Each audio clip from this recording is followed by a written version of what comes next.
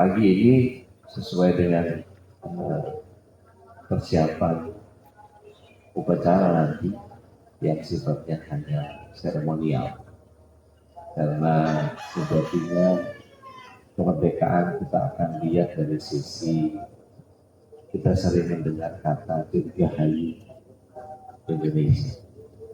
Ada yang tahu makna dirgahayu? Selama ini kita dengar dirgahayu. Ada yang pernah tahu dirgahayu itu? Langsung banyak sertifikat juga ini. Dirga itu kalau bahasa Sanskerta abadi atau panjang atau lama atau berkelanjutan. Kalau hayu itu dari bahasa Arab yang kemudian di dalam bahasa Sanskerta hayu itu hidup. Jadi diharapkan kalau dirgahayu itu long life, jadi bertahan lama. Indonesia ini diharapkan dirgahayu Indonesia itu maksudnya supaya keberkahan berlangsung lama sampai kemudian kalau bahasa kita menjadi baldatun thayyibatun wa rabbun ghafur, jadi negara yang baik yang kemudian penuh dengan ampunan dan datang dari Allah. Kalau dari sisi dirgahayu seperti itu. Nah, cuma dari sisi merdeka, kita tentang manusia merdeka. Kita nggak bahas tentang Indonesia merdeka ya. Kalau Indonesia merdeka itu relativitasnya agak panjang, jadi ngomongin politik segala macam. Karena kemerdekaan kita sebetulnya ya lah. Kita kalau kemudian mengatakan Indonesia itu merdeka, ya dari penjajahan yang sifatnya eksternal. Tapi di belajar sama bangsa sendiri, itu kata Pak Karno, kalau saya hadapin orang yang dari luar masih enak, nanti kamu akan menghadapi bangsa sendiri. Dan kita sedang menghadapi bangsa kita sendiri yang menjajah rakyatnya. Nah, pemerintah kita kan ya sama tahu lah ya. Tapi kita tidak sedang bicara tentang pemerintah. Kita sedang bicara tentang manusia yang merdeka. Manusia yang merdeka, kalau kemerdekaan sudah diraih, kira-kira kemerdekaan jiwa dan hati ini situ. Jangan-jangan kita masih berjajan sama hawa nafsu. Jangan-jangan kita masih berjajan dengan keduniaan. Dan merdeka itu sebetulnya berislam dengan tauhid. Jadi baru kita merdeka. Merdeka tapi dalam pengertian kalau merdeka itu dikatakan seperti bebas, maka kita bahas dulu merdeka. Jangan bicara tentang manusia. Merdeka itu kalau secara etimologi tidak terikat oleh belenggu. Tetapi dalam Islam kita sebagai manusia pasti terbelenggu dengan syariat. Laki-laki itu sebisa mungkin kalau nemu perempuan dikawini semua. Tapi karena syariat menjaganya, jadi cuma boleh 4. Kalau berani, kalau nggak berani yang 1 aja habis gitu. Kemudian ketika merdeka ini dihadapkan kepada kondisi-kondisi di mana ketika kita melihat bahwa merdeka ini menjadi hanya tunduk kepada Allah, kalau konsep Islamnya bukan kepada syahwat, bukan kepada hawa nafsu, bukan kepada makhluk atau kepada kondisi, tapi betul-betul kita itu diciptakan oleh Allah SWT dalam surah Al-Zariyat ayat 56. Allah khalaqal jinna wal insa illa liya'budun. Tidaklah jin dan manusia diciptakan kecuali hanya untuk beribadah kepada Allah SWT. Jadi 24 jam kita itu merdeka, bebas. Tetapi karena syariat membelenggu dalam tanda kutip, syariat mengatur, memperindah hidup kita supaya kita tetap dalam orbitnya Allah, dalam tatanan yang Allah SWT buat. Maka supaya kita teratur, karena badan ini secara manusia Allah yang menciptakan dan Allah tahu betul kita seperti apa, maka Allah tentukan syariat-syariat tertentu sehingga itu bisa mengoptimalkan tubuh kita. Seperti halnya sholat. Sholat itu didesain oleh Allah SWT dalam kondisi, kalau kita lihat dari sisi kesehatan ya, para dokter bisa memberikan lebih itu. Pada saat subuh itu, kalau kita berjalan ke tempat kita sholat, yang terjadi adalah di menurut penelitian tahun 80 ada yang namanya nitric oxide yang kemudian akan diproduksi oleh tubuh kita sendiri, yang kalau dari luar itu biasanya bentuknya asetilkolin, biasanya ditaruh di bawah lidah. Nggak tahu bener, dokter biasanya yang tahu. Tendensi itu tentang aku boleh koreksi saya kalau saya, tapi saya bicara dengan sekarang. Jadi ketika nitric oxide itu ada di tubuh kita dan kita bergerak menuju ke tempat kita sholat. Ya, kalau sekarang kita ada lapangan basket, kalau kawan-kawan mungkin ke sholat atau ke masjid, ya, tapi melakukan pergerakan menuju ke tempat berjalan itu kata seorang SPJP, seorang spesialis jantung, Pak Mereka dokter ya, Balita Sitompul, dulu staf ahlinya Menteri Ustazah Fadila Sofali, Siti Fadila Sofali, Menteri Kesehatannya dulu. Beliau katakan dalam tulisannya subuhan anti jantung. Jadi kalau kita rajin subuhan itu jantungnya nggak bakal. Jadi kalau mau kepengen rasain sakit jantung ya udah nggak subuhan terus di rumah aja. Nah, ini bisa disampaikan kepada para suami dan anak-anak laki. Nah, kemudian 24 jam ibadah itu yang kemudian disyariatkan oleh Allah SWT dalam Islam itu ada banyak hal yang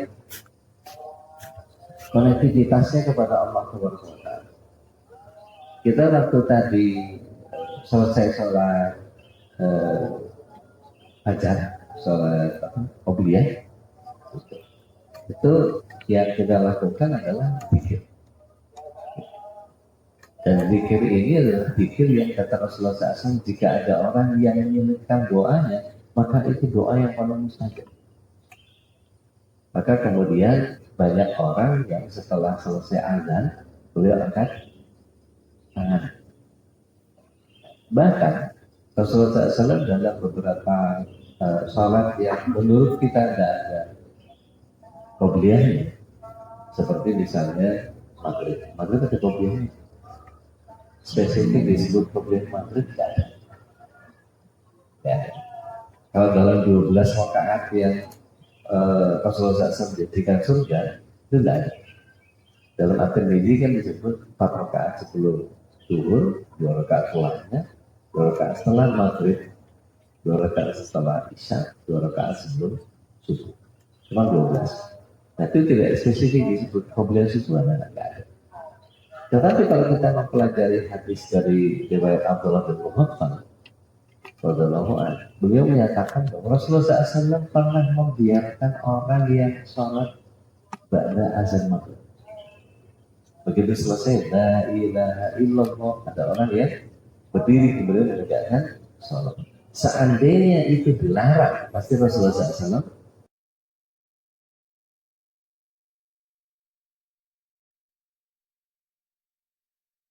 sholat ya, setelah asar dan setelah subuh. Itu jelas dilarang kepada sholat asar. Maka kemudian para ulama menandakutipi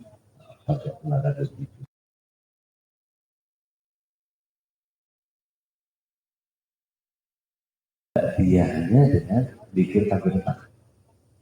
Makanya kemudian zikir takbir petang itu seolah-olah kalau di surat 7 ayat 205 menjadi terkesan wajib. Kalau kita lihat surat 7 ayat 205, Bapak Ibu yang diletak suara di handphonenya atau yang bawa Al-Quran mau dibuka, maupun yang Indonesia dan Rajin, wa qurrabat nafsi tadarruan maqifatan wa dunal jahri minal qawli bil ghudwi wal asal wa la takum minal ghafilin. Berzikirlah kau kepada Rabbmu dalam hatimu dengan rasa takut dan rendah diri, dan jangan dikeraskan suara di waktu pagi dan di waktu petang. Jangan kalian jadi orang yang lengah, jangan jadi orang yang lalai.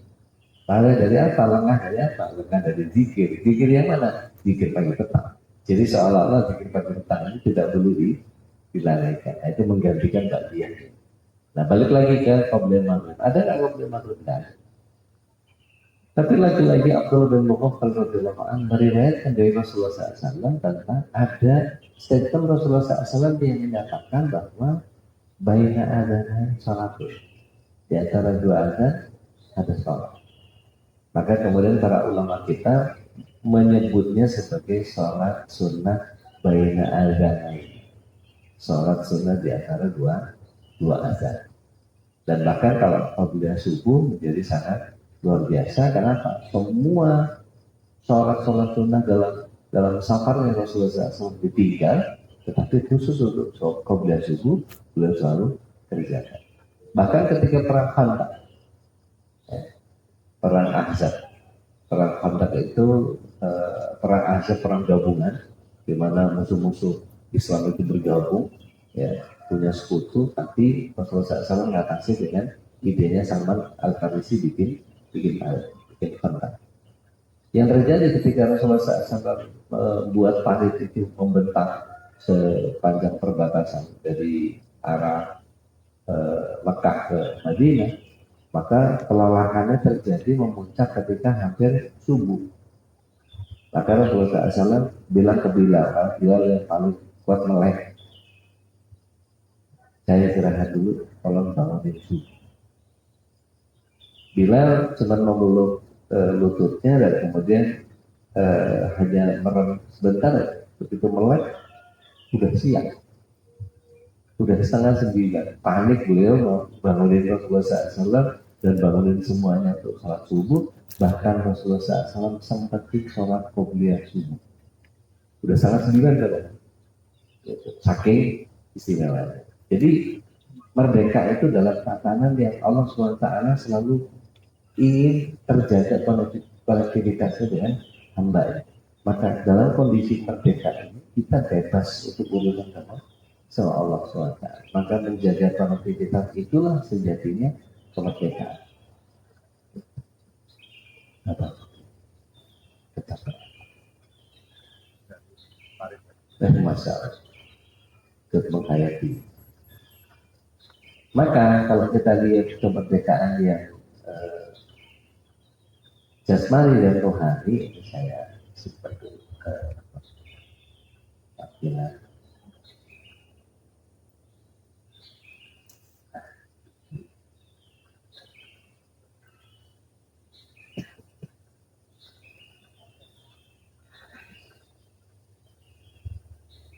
Nah, kalau kita lihat kemerdekaan jasmani dan rohani, kalau jasmaninya memang bebas dari jejak fisik, penindasan dan ketidakadilan. Kalau relevansinya dengan sejarah Indonesia 17 Agustus 45 yang kemudian ceritanya panjang. Sebetulnya ini sudah kalau kita baca sejarah, ini terjadi sebelum bukan tanggal 17, tapi tanggal 15. Tapi kemudian Soekarno-Hatta dibawa ke Rengas Dengklok. Kemudian ditantang sama beberapa pemuda, ada beberapa pemuda kalau kita baca sejarah, itu disuruh bikin statement yang nasional. Maka kemudian di Pegangsaan itulah 17 Agustus 45. Maka nyanyian anak-anak sekarang 16 Agustus tahun 45.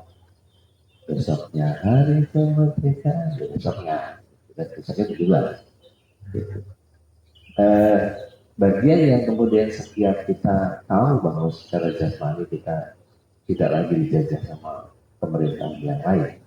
Jadi kalau kemudian menunggu bagaimana Jepang menyerahkan kemerdekaan, itu berarti pemberian. bukan kedaulatan. Dan terbukti ketika mengumumkan kemerdekaan 17 Agustus, yang terjadi November Belanda balik lagi ya, kepengen mencoba untuk mengoperasi karena terlalu banyak kekayaan yang kita punya sampai sekarang sih gitu.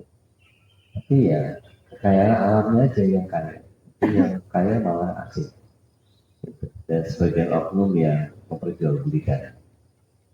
Jadi balik lagi ngomong Indonesia, balik lagi ngomong manusia terdorong terus gitu karena saking kesal. Rohani bicara tentang bebas dari perbudakan hawa nafsu. Bahkan Allah SWT sudah menegur kita. Apa ara'aita di dalam surah Al-Qur'an, surah 45 ayat 23, surah Jasiyah ayat 23. Itu ditanya oleh Allah SWT, apa ara'aita ilahahu hawa, apakah kau melihat bagaimana orang menjadikan hawa nafsu sebagai Tuhanmu? Ilahahu hawa, menghilangkan hawa nafsu.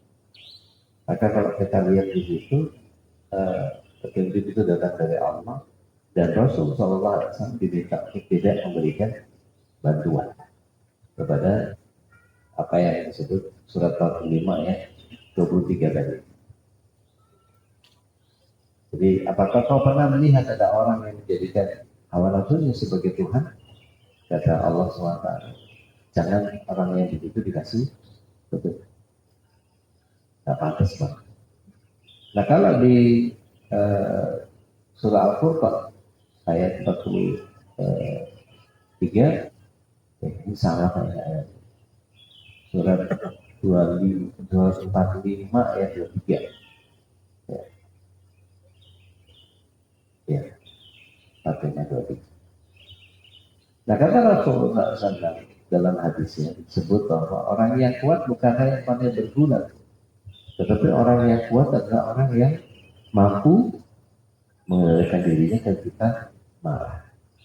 Jadi ketika kita marah sama orang di luar sana, itu kata nggak seide sama kita, maka cukup kita berurusan dengan Allah Taala dalam konteks setidaknya jangan saya yang disesatkan seperti itu, jangan saya yang dijadikan orang yang tergelincir seperti itu, jangan saya dijauhkan dari hidayah seperti itu, jangan saya yang nah Bapak Ibu yang terutama SWT kekuatan yang kita tahu bahwa kekuatan yang sebenarnya adalah kekuatan bagaimana kita mengendalikan hawa nafsu, mengendalikan diri sendiri. Bahkan beberapa orang mengakui setidaknya misalnya ada orang yang merokok. Merokok itu kalau orang merokok biasanya dia suruh berhenti susah. Saya pernah jadi perokok. Saya berhenti tahun 98, 1 April. Monumental. Iya. Teman-teman pada tangan 50 ribuan depan meja saya ketawa bahwa coba nggak mau berhenti begitu. Dan sampai sekarang betul-betul tidak mau. Nah, apa yang terjadi ketika orang merokok itu? Dia bisa menahan dirinya ketika puasa, dia nggak merokok. Ternyata bisa. Berarti ya memang dari diri sendiri. Dan bahkan ada teman saya nggak tahu, dia punya aliran apa, geblek rokok. Buat dia merokok nggak apa-apa, karena nggak dimakan, karena nggak diminum. Jadi kaidahnya masuk melalui mulut itu, kalau asap bukan makanan. Jadi dia merokok. Kalau puasa, merokok bukan makan. Gimana tuh nalarnya? Ternyata dia tidak cukup kuat untuk hawa nafsu. Mungkin masalahnya terlalu berat. Kalau kita melihat bahwa ada orang yang kuat di antara Rasulullah SAW bukannya yang pandai bergulat, tetapi yang justru yang kuat adalah orang yang mampu mengendalikan diri ketika marah. Mari kita lihat bahwa ada kondisi-kondisi di mana ketika seseorang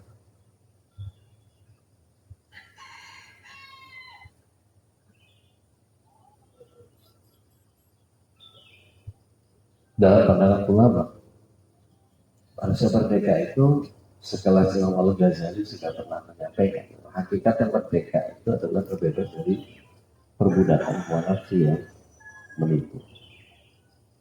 Kita kadang-kadang suka sama sesuatu yang nikmat gitu. Pernah salah satu Amirul Mukminin mendatangi salah satu masyayikh dan kemudian beliau mendatangi salah satu gubernur. Begitu datang itu disediakan makanan beberapa. Dia hidup makanan. Ini makanan ini bisa dinikmati sama semua masyarakat. Bebas. Oh enggak, ini pilihan apa segala macam begini itu apa. Pokoknya spesifik favorit, pokoknya pilihan dan macam-macam. Terus diletakkan, terus habis itu nggak dimakan. Kata Amirul Mukminin kepada si masyarakat ini, kepada gubernur ini, kita ini diminta untuk jadi pelayannya masyarakat. Kita ini diminta kalau ada penderitaan maka kita dulu yang berita. Kalau ada kenikmatan masyarakat dulu yang menikmati. Kita adalah orang yang terakhir menikmati. Jangan kamu belum membakar diri dengan memakan sesuatu yang sebetulnya masyarakat itu tidak pernah makan. Nah, bagus lagi ngomong manusia merdeka di dalam para ulama ya, sama Umar ngomong bangsa kita sendiri. Dan balik lagi ke sini aja. Ibnu Taimiyah rahimahullah ta'ala menyatakan bahwa orang yang merdeka adalah orang yang hatinya hanya terikat kepada Allah. Jadi kalau sudah bicara tentang kemerdekaan yang sejati, manusia tidak ada yang bisa terikat dengan apapun. Hatta dalam organisasi misalnya. Kalau nggak ada motornya nggak jalan, nggak begitu. Kalau nggak ada yang aktif nggak gerak. Padahal sebetulnya kalau kita semua saling tentang itu. Contohnya ya kita lah, ya Islam. Kalau nggak ada motornya, seolah-olah kita sendiri yang bisa jadi motor. Akhirnya saling mengandalkan. Nah, kalau sudah begitu, gimana nanti pertanggungjawaban kita kepada Allah SWT? Yang Rasul Sallallahu Alaihi Wasallam dalam konteks berhai itu kan kata Rasulullah SAW, khairun nas anfa'uhum linnas. Yang terbaik manusia itu yang paling banyak memberikan manfaat. Terus pertanyaannya adalah manfaat apa yang dia sudah berikan buat kelompok kecil ini? Ya setidaknya kalau tidak mendukung minimal dia punya apa? Kalau bahasa Inggrisnya itu disebutnya be there or be behind. Hadir atau mendukung. Kalau nggak hadir ya didukung apa itu. Ini diundang ngabari gitu ya. Gitu nggak sih? Saya lihat banyak-banyak yang nggak hadir. Dulu awal-awal ini Masya Allah. Ini sibuk ke seleksi alam. Masya Allah. Luar biasa. Ini padahal urusannya sama Allah, bukan sama manusia. Buya Hamka menyatakan bahwa merdeka itu berarti bebas dari ketakutan dan tekanan, baik yang sifatnya dari manusia maupun dari kegolongan. Nah ini yang kemudian setiap orang menjadi sudahkah saya merdeka. Kalau kita kemudian punya kemerdekaan dalam konteks pribadi, maka seharusnya setiap kita punya kemampuan untuk mendefinisikan itu secara personal. Artinya, ya saya merdeka, urusan saya sama Allah, tidak sama yang lain. Tidak ada yang lain tetap jalan, tidak ada urusan. Sehingga dalam konteks itu kita harus menguasai banyak hal. Maka di sini bentuk multitasking jadi penting. Jadi kalau kita bisa mendelegasikan kepada orang lain, delegasikan. Tapi ketika delegasi itu tidak berjalan, maka kita siap untuk ambil kendali. Nah, dalam organisasi kita memang kalau bicara tentang manusia merdeka adalah pribadi sendiri. Yang ketika kita berhadapan sama orang banyak, artinya kita ini makhluk sosial yang tidak mungkin tidak berhubungan sama orang lain. Maka saran saya kalau kita melihat kepada bagaimana Rasulullah SAW sebagai manusia adalah kalau bermanfaat sama orang, minimal sama tetangga itu saudara yang paling dekat. Coba kalau misalnya kita meninggal yang ngurusin juga apa saudara kita yang dari jauh. Kalau Pak Herman ada apa-apa, apakah ada rencana awak dari Jawa di Mato nanti datang dulu? Tidak mungkin. Pasti tetangga kiri kanan. Nah kemarin saja di tempat saya itu banyak orang Padang. Yang satu padang Cibebuah, satu padang rumput, satu padang pasir. Padang semua ya. Itu kalau yang satu kena sakit apa segala macam ya yang buruk ya tetangga, bukan orang Padang. Jadi ceritanya ada orang Padang yang ibunya tinggal di Padang Cibebuah meninggal, nah dia sendiri orang Batak. Nah, dia sendiri kemudian terkena sakit kanker paru, tapi juga nyerang ke otak. Terpaksa mesti dibawa ke rumah sakit intensitas perawatan. Maka ya dia kerja itu tetangga lagi. Gitu. Makanya penting itu bertetangga. Meskipun kita di lingkungan KRT-an atau KRT-an itu tidak terlalu sama ngumpul sama orang, gitu. Tapi satu saat pasti kita akan diusul sama orang, suka nggak suka. Maka menjadi bagian yang penting buat kita. Kemudian saya nggak tahu ya kalau di komplek perumahan begini, mungkin kalau kelas begini saya nggak tahu sistem komunikasi seperti apa. Tapi kalau di kampung itu semua guyup, semua nyapu, semua bisa bareng-bareng. Dan alhamdulillahnya saya tinggal di kompleks yang kemudian sekeluarga kami itu betul-betul guyup karena satu pintu itu betul-betul satu lingkungan yang saling bantu. Kemarin alhamdulillah 17-an kami meriahkan dengan menyediakan makanan-makanan jadul. Itu dari mulai kuping gajah, yako, burung prit, yang gitu-gitu, unik-unik gitu, ngumpul ada yang daun, ada yang gendul, tapi masih gampang dicari lah makanan-makanan itu seperti sekarang. Tapi ada yang makanan-makanan jadi kalau lupa namanya saking susahnya gitu. Tapi ngumpulnya warga itu jadi seru sendiri. Padahal ya cuma ngumpul bagi-bagi makanan gitu.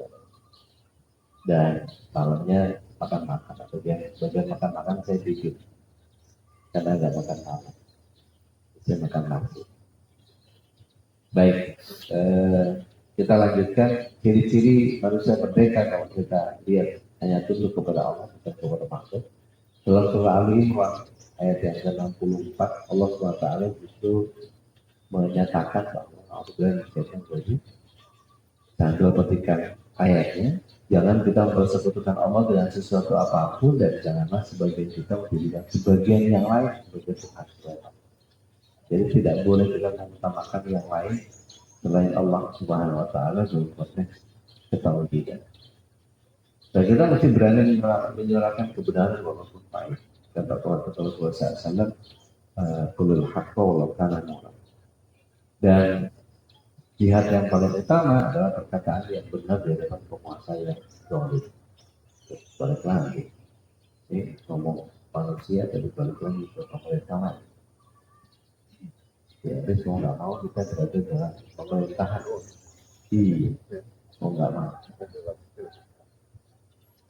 Dan yang ketiga, ciri-ciri manusia merdeka itu mandiri, tidak bergantung kepada manusia. Seperti tadi saya bilang, setiap kita harus punya kapasitas. Dulu saya waktu masih lepas SMA itu kos. Nah kalau sudah kos itu kan berarti harus bisa kayak lagunya kesakitan. Masak sendiri, makan sendiri, cuci sendiri, gitu. Sehingga punya kemampuan untuk memasak. Nah, tapi tidak bisa kemudian kita sendiri banget. Mesti ada orang yang ada di sekitar kita. Kadang kalau sakit itu teman kos kita yang bantu. Atau setidaknya di mana kita tinggal itu mesti dijaga. Dan saya sering ketemu dengan komunitas yang sampai dari mulai saya jadi anak kos sampai saya jadi bapak semak. Saya ngontrak rumahnya, teman-teman yang bayar kosan ke saya. Seru juga. Dan kita tahu mesti kelola itu akhirnya ambil satu pembantu, suruh masakin buat kita supaya ngirim. Jadi teman-teman ke kantor bawa bekal dan itu jauh lebih rendah kosnya daripada mesti belanja tiap kali mau makan. Nah kemudian dia tidak tergantung kepada manusia dalam proses tangan di atas lebih baik daripada tangan di bawah. Nah sekarang ini karena sistem yang sedang menggejala di kita adalah mudah mendapatkan pinjaman di mana-mana, jadi pinjol baik yang legal maupun ilegal semuanya riba. No freelance ya kalau kata Pak. Oh ya, no freelance. Nah, ada yang gratis. Kecuali orang-orang yang baik yang kalau kita lihat orang-orang Turki, orang-orang Pakistan, kalau kita orang-orang Mesir, itu kalau kita bulan puasa di sana, itu kelihatan.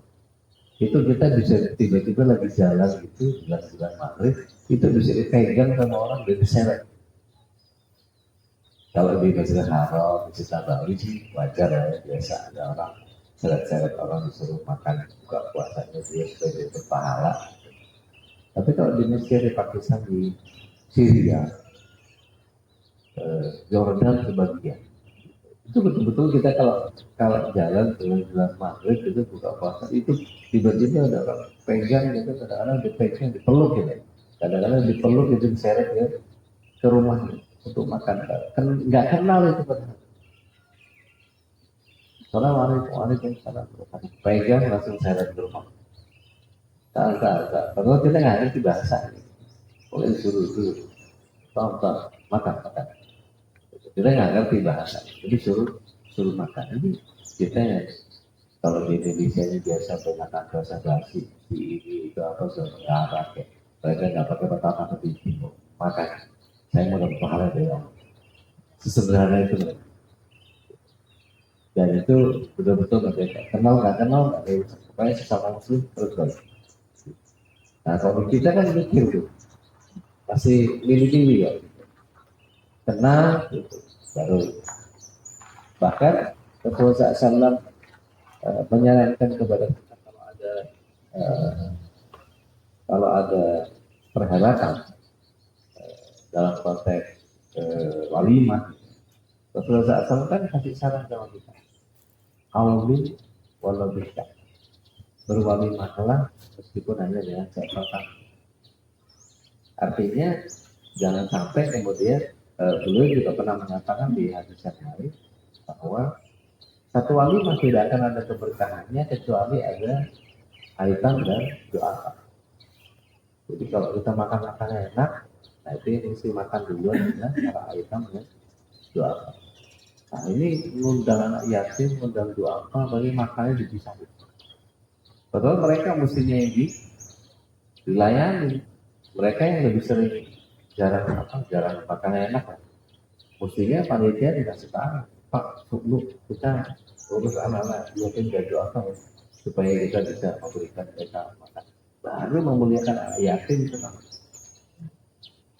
Kalau kita begitu saya kasih tahu ke yang punya yang punya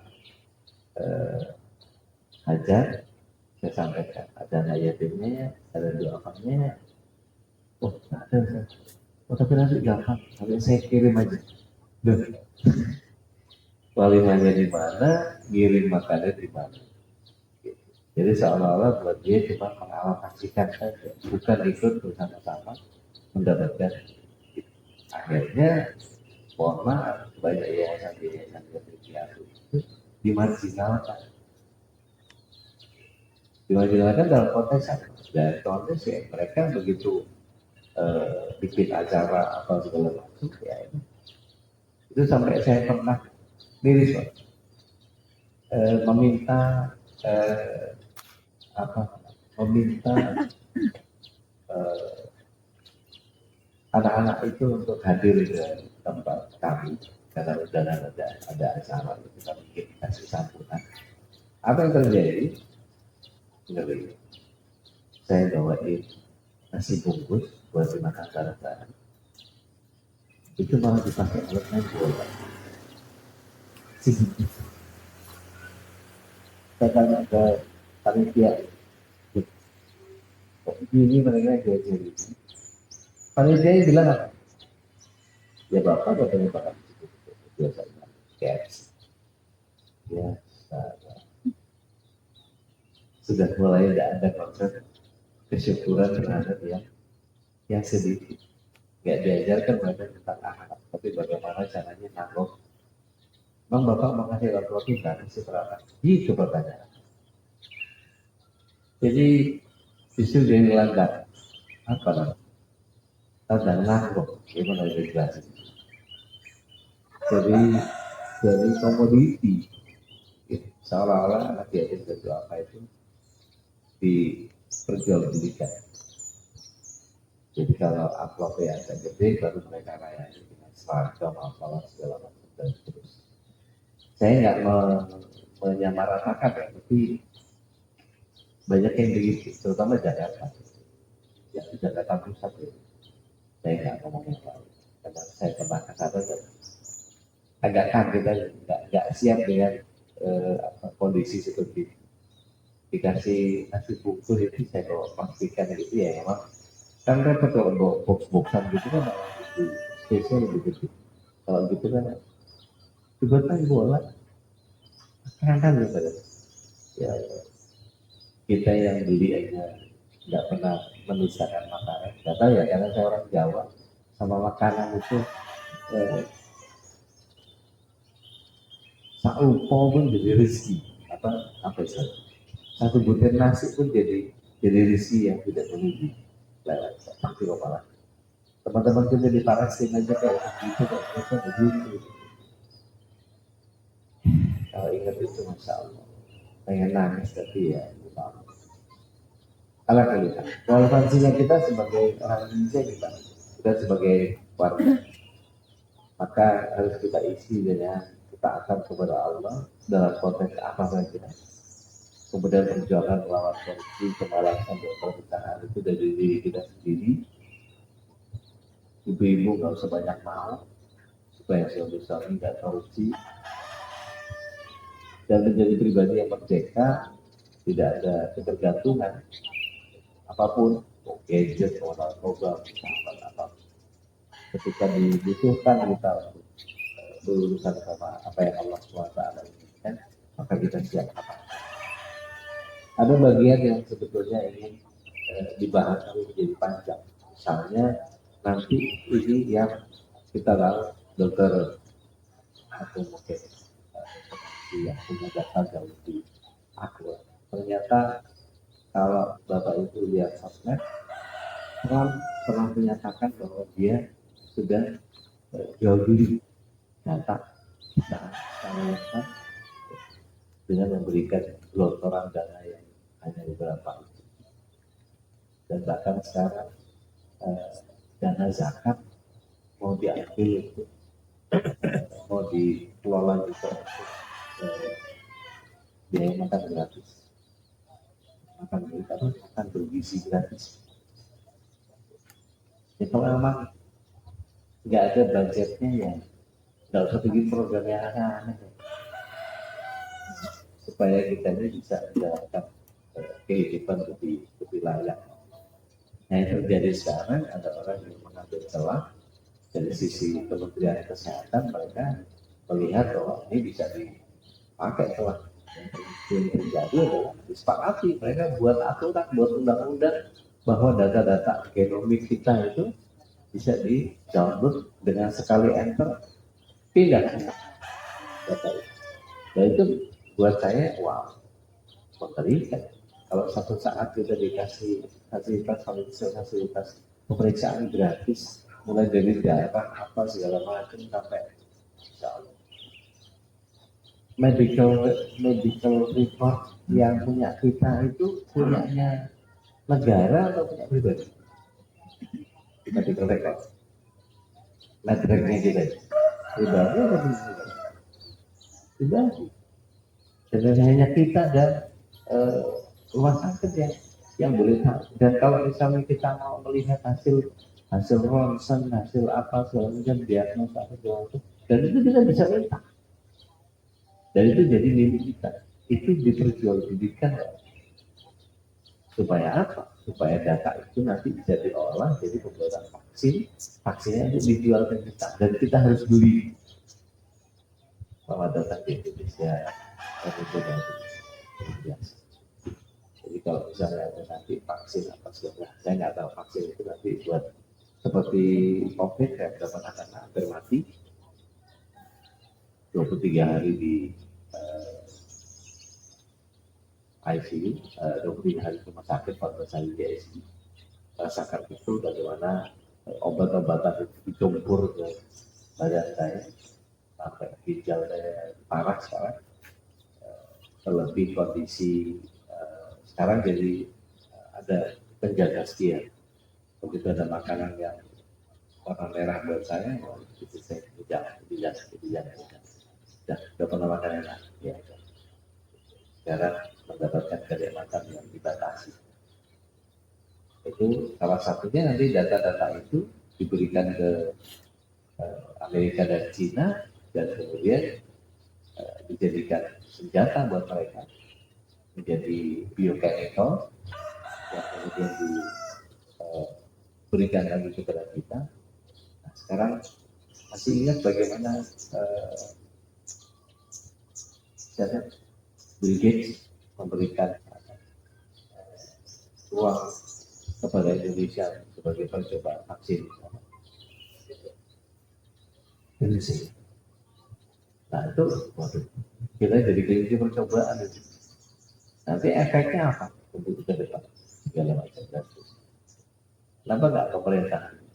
DPR dulu gitu ya, kementerian sama DPR dulu jadi vaksin dulu gitu. Kita lihat 3 tahun gitu, atau 5 tahun berhasil baru coba itu. Ini enggak setelah begitu. Alat ke depan.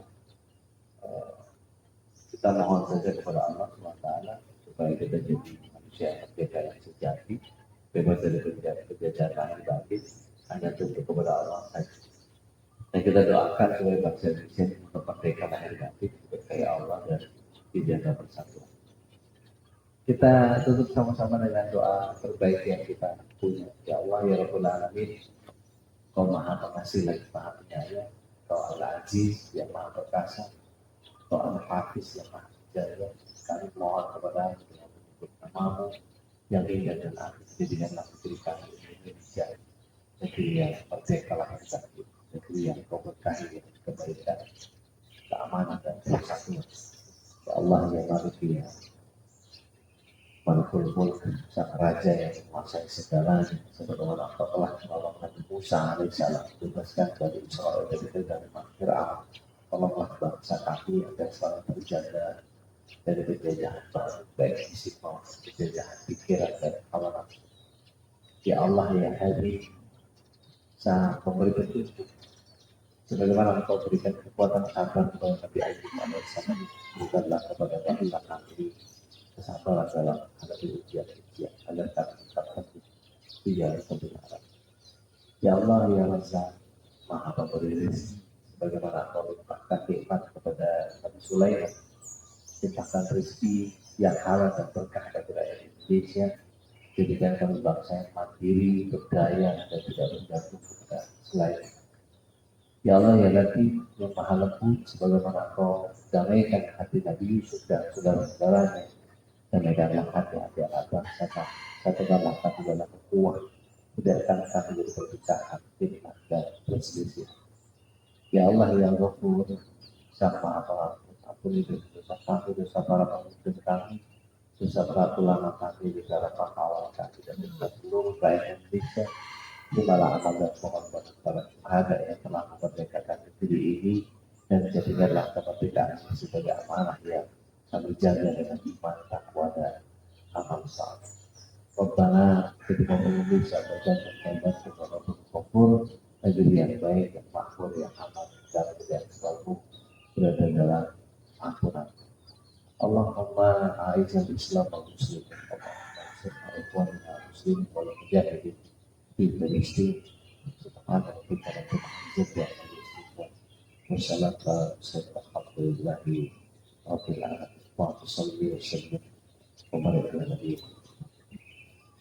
Ada pertanyaan, mau silakan. Kita saat berbagi rahmat, kalau ada yang tanya kata Rasulullah saya dapat rahmat, kalau ada yang jawab dapat rahmat, yang dengarkan jangan dapat rahmat, yang senang sama tanya jawab dapat rahmat. Jadi ada 40. Nah, ada kata rahmat. Mulu, silakan. Kalau ada.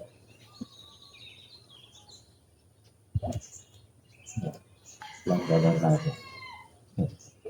Nggak bisa dipaksa kalau nggak ada. Pertanyaan situ. Silakan. Allah. Assalamualaikum warahmatullahi wabarakatuh. Ustaz, mungkin saya lebih minta tolong jelaskan lagi mengenai hakikat merdeka menurut Imam Al-Ghazali, itu bebas dari perbudakan hawa nafsu yang jadi ternyata merdeka itu bukan kita bebas dari penjajah, itu justru dari diri sendiri itu ya. Ya. Nah itu gimana Ustaz? Baik. Bismillah. Assalamualaikum. Jadi kalau kita bicara tentang sisi manusia, Allah SWT di dalam surat 2 ayat yang ke-28 memberikan satu gambaran peta kehidupan kita. Allah bilang menjadikan berjutai patakul nabila nakotum amwata fa'hiyakum sumayyuhidukum sumayyuhidukum sumayyuhidukum turja'un. Allah menjadikan kita mati, hidup, dikembalikan. Nah, kita ada dua babak kehidupan. Yang pertama sekarang saatnya berbekal, kemudian itu menuju kepada kehidupan yang sebenarnya. Kalau di babak yang pertama ini kita babak belum demi mendapatkan kebahagiaan, di babak yang kedua jangan kebalik, kita nyari senang ikutin hawa nafsu. Di babak pertama, babak belum di akhiratnya. Bisa dipahami maksudnya. Jadi sekarang ini saatnya untuk kita struggling melawan semuanya, termasuk diri sendiri. Karena secara default setting, saya nggak mengatakan ini template, tapi Allah SWT menciptakan manusia itu sudah dengan lengkap dengan keburukan-keburukannya. Jadi kalau dokter Nancy pernah beli kipas angin, si engkohnya itu nggak pernah bilang tahun ketiga nanti dinyeteng-nyeteng ya, gitu. Nggak ada. Tapi otomatis juga garansinya kalau menurut saya juga tahun 2 tahun. Setelahnya pasti efek-efeknya nggak dikasih tahu. Padahal kalau kita misalnya mau buka tutup belakang, kita minyakin, terus kita kasih gemuk di bagian mekanik, bisa lebih lama nggak? Bisa. Nah, ngerawat itu sama dengan bikin sustain sesuatu yang kemudian waktunya bisa lebih ketimbang dibiarin begitu aja secara template, dia akan rusak dengan sendiri. Manusia itu kalau kita lihat surat 70 ayat 19, surat 90 ayat 4, surat banyak banget kalau kita memperhatikan. Jadi secara default set kita itu sudah punya keburukan-keburukan yang melekat di tubuh kita. Surat 70 19 itu dibilang Alhamdulillah syaitan rajim Innal insana khuliqa halu'a. Ayat berikutnya apa bunyi? Sesungguhnya manusia dalam keadaan berkeluh kesah. Ayat berikutnya apa? Nah, sampai ayat 2 ayat setelahnya itu bicara tentang default settingnya manusia ya gitu itu manusia ini. Kalau kita lihat surat 90 ayat 4 itu lebih parah lagi. Alhamdulillah dari syaitan rajim laqad khalaqnal insana fi kabad. Manusia diciptakan dalam keadaan serba salah, susah payah. Mohon izin, kapan kita nggak ada masalah? Pada saat kadang itu masalah.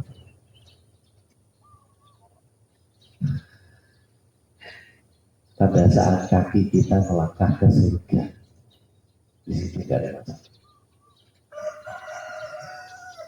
But how to get there? Kita waktu kecil masalah, waktu masih bayi masalah, gedean dikit remaja masalah, dewasa masalah. Itu isinya masalah semua. Punya pasangan masalah, nggak punya pasangan, tapi masalah. Amalnya nggak ada. Para janda bisa dapat pahala dari suami, nggak bisa. Kenapa dia nggak nikah? Supaya bisa dapat amalan. Udah jadi suami orang. Kenapa poligami dibenci? Dan gitu panjang untuk mereka. Kenapa para istri egois? Cuma maunya suaminya cuma ngurus satu istri aja. Kenapa nggak menolong 3 istri? Sudah begitu, Pak. Karena para istri itu nggak bisa punya amal dari suami, kalau suaminya dimiliki sama satu istri. Disitulah kemudian poligami jadi penting. Terus merembet lagi kepada bagian yang selanjutnya, yaitu dimana ketika seseorang kemudian punya tangkap keburukan itu, tetapi akan suruh milih. Di surat 14 ayat 7 atau dari surat 16 78, dari surat 16 78, Allah SWT bilang bahwa Alhamdulillah syaitan wallahu akhrajakum min butuni ummahatikum la ta'lamuna syai'an wa ja'ala lakum as-sam'a wal absara wal af'idah la'allakum tashkurun. Manusia dikeluarkan dari perut ibu itu, Allah yang telah mengeluarkan dia dari perut ibunya dalam keadaan tidak tahu apa-apa. Kemudian Allah jadikan pendengaran, penglihatan fungsional, ya, bukan organ. Tidak disebut udhunun, tidak disebut ainun, tapi sam'a wal absar.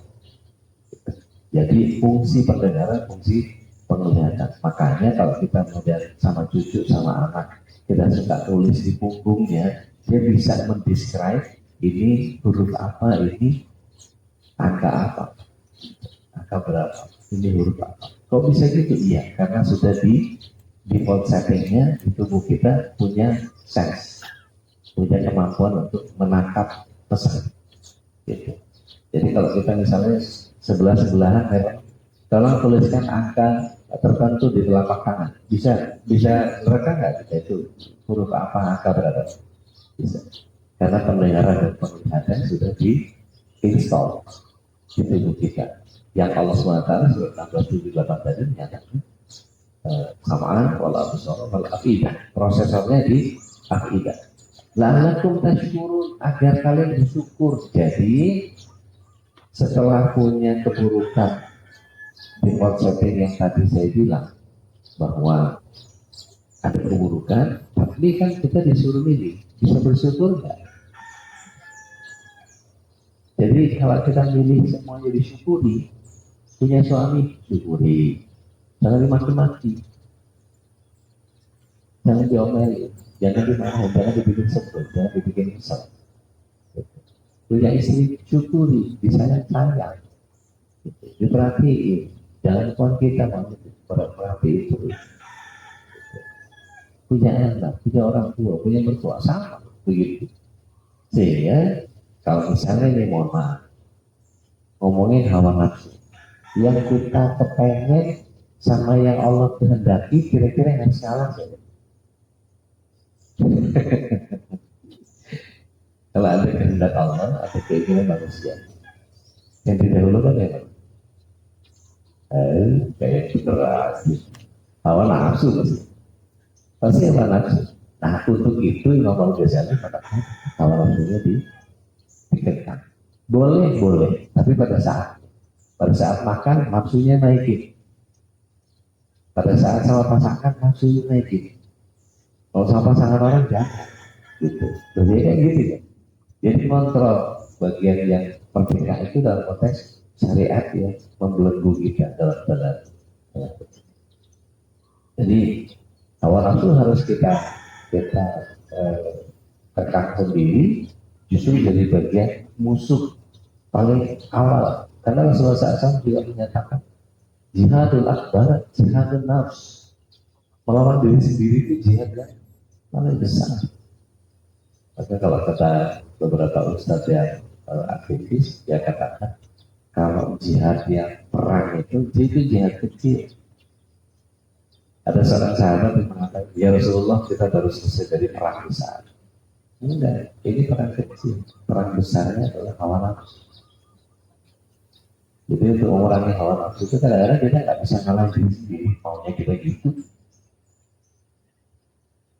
Contoh, kita mau ke bandara pakai taksi, 2 koli masuk ke bagasi, terus kita bilang sama supirnya cari jalan yang cepat ya mas, buat saya ngepek, saya mau istirahat ya, soalnya saya packing dari jam 2 pagi, tidur ya, telak. Begitu bangun loh, lah masih di sini juga, masih di daerah sini loh. Mas, tadi kan mestinya bisa lewat jalan ini itu segala macam. Kita ngatur jadinya. Kehendaknya Allah supaya itu bawahnya kita lewat jalan itu, dan jalan itu dibilang merah semua bu pekan. Mau ngomong apa gitu? Kita mau ngatur. Jadi kita yang nggak mau diatur sama Allah atau kita yang mengatur Allah? Dua-duanya serba salah. Kalau sudah begitu. Nah itu penting kemudian kita menjaga hawa.